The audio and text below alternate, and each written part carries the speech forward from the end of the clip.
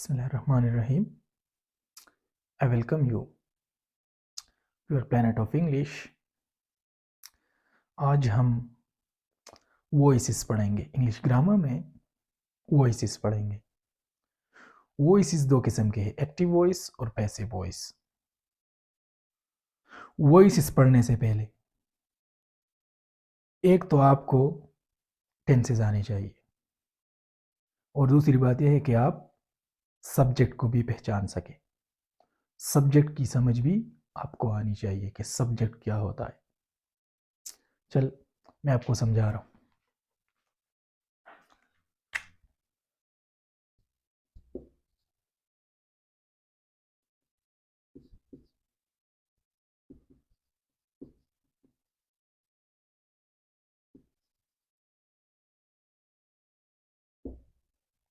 इस जुमले को देखें, he is painting the wall. देखिए इसमें हमारा सब्जेक्ट क्या है। ये है हमारा सब्जेक्ट। सब्जेक्ट होता क्या है?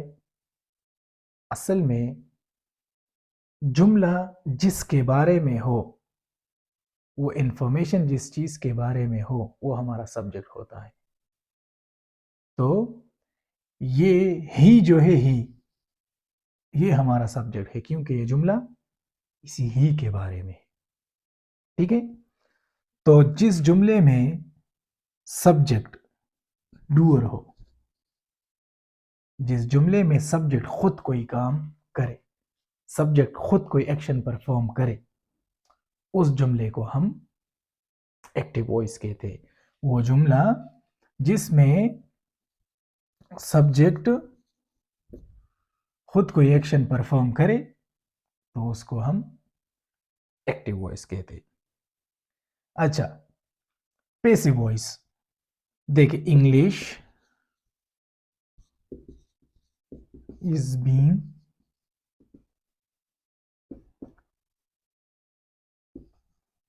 टॉट।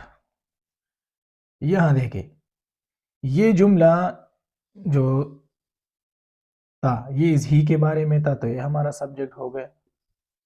ठीक है, और ये इस इंग्लिश के बारे में, English is being taught, English को पढ़ाया जा रहा है, तो ये जुमला इंग्लिश के बारे में है।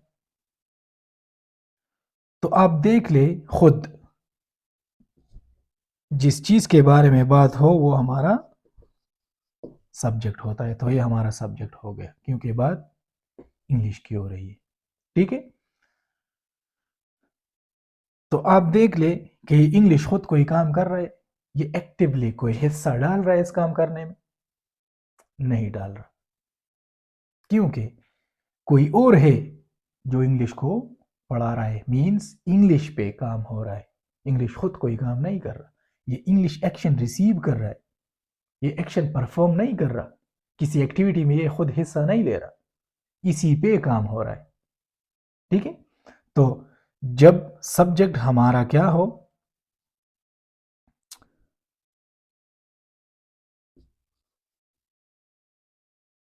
डूअर ना हो, ठीक है, तो उस जुमले को हम पैसिव वॉइस कहते हैं।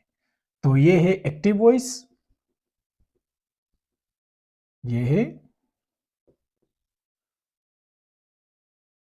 पैसिव वॉइस, ये है एक्टिव वॉइस। ठीक है, क्योंकि इसमें जो हमारा सब्जेक्ट है ये एक्शन खुद परफॉर्म नहीं कर रहा, ये डूअर नहीं है। इसमें जो हमारा सब्जेक्ट है ये डूअर है, ये खुद एक्शन परफॉर्म कर रहा है। समझ गए? तो ये बहुत ये सिंपल कॉन्सेप्ट है, बस बुनियादी कुछ 2-3 पॉइंट्स है वो जहन में रख।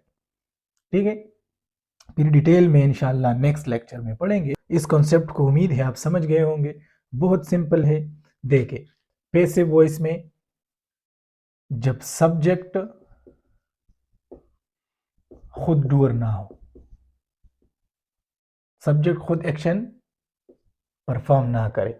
एक्टिव वॉइस में सब्जेक्ट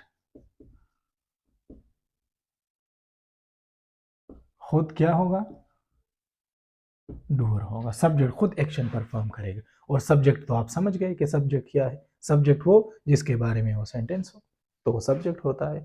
तो ये 2-3 बातें हैं ज़हन में रखें।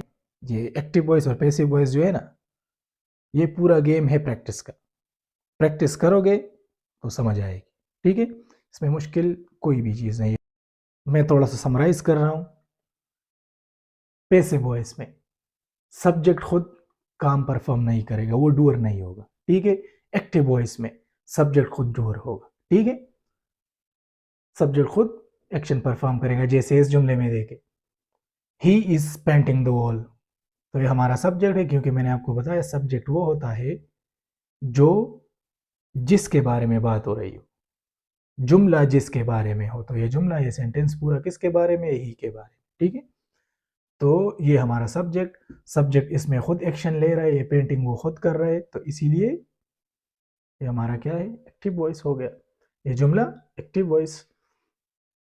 ये वाला देखिए, इंग्लिश इज बीइंग टॉट, इसमें ये हमारा सब्जेक्ट है, क्योंकि ये इंग्लिश की बात हो रही है, जुमला इसी इंग्लिश के बारे में है। इसमें क्या है? इसमें ये इंग्लिश जो है ना, ये खुद कोई एक्शन परफॉर्म नहीं कर रहा, ठीक है? इसी पे काम हो रहा है, ये एक्शन रिसीव कर रहा है लेकिन एक्शन परफॉर्म नहीं कर रहा, ठीक है? तो जब एक्शन परफॉर्म नहीं कर रहा, ये डूअर नहीं है, तो ये हमारे पास पैसिव वॉइस बन गई, ठीक है? तो यही कॉन्सेप्ट है एक्टिव वॉइस और पैसिव वॉइस का, समझ गए? इस पर प्रैक्टिस करें, प्रैक्टिस से बहुत आसानी से समझ आ जाती है। और इंशाल्लाह नेक्स्ट लेक्चर में और डिटेल के साथ जाएंगे। Thanks for watching, see you soon.